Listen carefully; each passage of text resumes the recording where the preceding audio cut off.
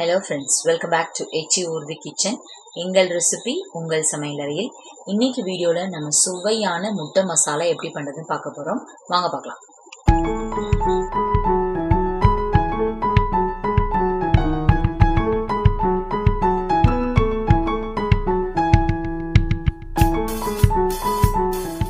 இந்த முட்டை மசாலா செய்ய தேவையான பொருள் என்னெல்லாம் பார்த்துடலாங்க. 2 பெரிய சைஸ் வெங்காயத்தை வந்து நான் ஸ்லைஸாக கட் பண்ணியிருக்கேன். அப்புறம் 1 இனுக்கு கருவேப்பிலை எடுத்துக்கோங்க. 5 வேக வச்ச முட்டை, 1 spoon chilli powder, 1 spoon pepper powder எடுத்துக்கோங்க. இது எப்படி செய்யலாம்னு பார்க்கலாம். முட்டை மசாலா செய்கிறதுக்கு ஒரு பேனை நல்லா ஹீட் பண்ணிக்கோங்க.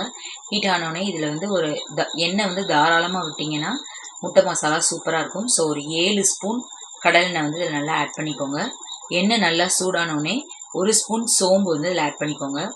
அது நல்லா பொரிஞ்சு வரட்டும். வந்தோடனே நம்ம கட் பண்ணி வச்சுருந்த ஆனியனையும் கருவேப்பிலையும் ரெண்டுமே ஆட் பண்ணிவிட்டு நல்லா வதக்கிக்கோங்க. வெங்காயம் எந்த அளவுக்கு வதங்குதோ அந்த அளவுக்கு டேஸ்ட் நல்லாயிருக்கும். ஸோ நல்லா வதக்கிக்கோங்க. வெங்காயத்தை நல்லா ஒரு ப்ரௌன் கலரில் வர மாதிரி பார்த்துக்கோங்க. தேவையான அளவு உப்பு இதில் ஆட் பண்ணிக்கலாம்.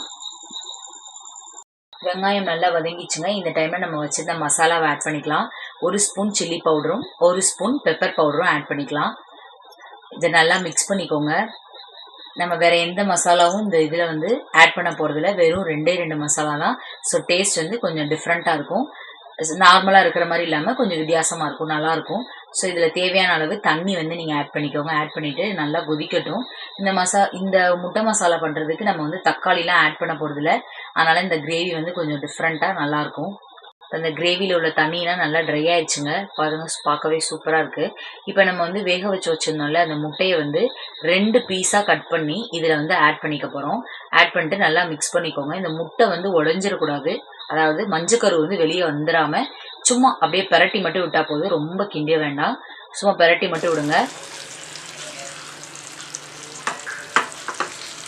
முட்டை எல்லாமே மசாலாவோட நல்லா கலந்துச்சு. நம்மளோட சுவையான முட்டை மசாலா ரெடி ஆயிடுச்சுங்க. இதை அப்படியே ஒரு பாத்திரத்துக்கு நம்ம மாற்றிட்டு மல்லி இலைகளை வந்து ஆட் பண்ணிக்கலாம். ஏன்னா நல்லா வாசனையாக இருக்கும். ஸோ அதை ஃபுல்லாக ஆட் பண்ணிட்டு கொஞ்சம் மிக்ஸ் பண்ணிக்கோங்க. நம்மளோட சுவையான முட்டை மசாலா சூப்பராக ரெடி ஆயிடுச்சுங்க. பார்க்குறதுக்கே ரொம்ப சூப்பராக இருக்குது. இது வந்து நீங்கள் தோசை, சப்பாத்தி, சாதம் எல்லாத்தோடையும் சர்வ் பண்ணி சாப்பிட்லாம். குழந்தைங்களுக்கும் என்னைக்காச்சும் ஒரு நாள் நீங்கள் லேட்டாக எழுந்திரிச்சிட்டிங்கன்னா சீக்கிரமாக இதை செஞ்சு கொடுத்துடலாம். கண்டிப்பாக ட்ரை பண்ணி பாருங்கள். நம்மளோட சேனலை மறக்காமல் சப்ஸ்கிரைப் பண்ணிடுங்க. எல்லாரும் வீடியோ பார்க்குறீங்க, பட் சப்ஸ்கிரைப் பண்ணவே மாட்டேங்கிறீங்க. நீங்கள் சப்ஸ்கிரைப் பண்ணிங்கன்னா எனக்கு ரொம்ப ஒரு மோட்டிவேஷனலாக இருக்கும். ஸோ கண்டிப்பாக சப்ஸ்கிரைப் பண்ணுங்கள். உங்கள் ஃப்ரெண்ட்ஸ் அண்ட் ஃபேமிலிக்கும் ஷேர் பண்ணுங்கள். வேறொரு ரெசிபியில் உங்களை எல்லாம் சந்திக்கிறேன். Until then, it is bye from Sita.